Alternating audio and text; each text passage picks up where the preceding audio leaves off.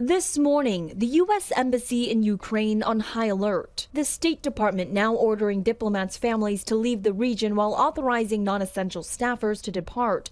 The latest sign that American officials believe Russia could soon invade Ukraine. Secretary of State Antony Blinken reaffirming U.S. support for the Ukrainian government. If a single additional Russian force goes into Ukraine in an aggressive way, as I said, that would trigger a swift, a severe, and a united response from us and from Europe.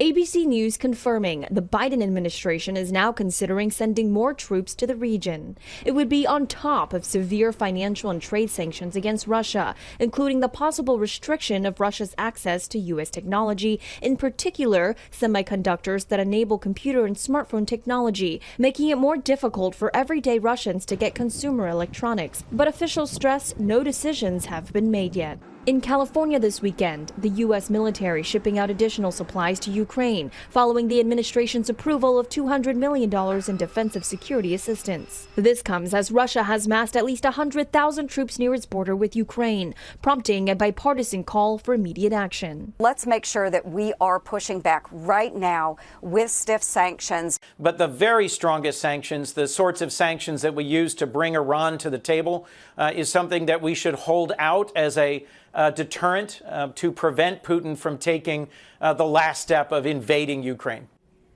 The U.S. says there would be serious consequences after a new British intelligence report accused Russia of plotting to install a pro-Russian leader in Ukraine. Now, Russia is dismissing the comments as disinformation.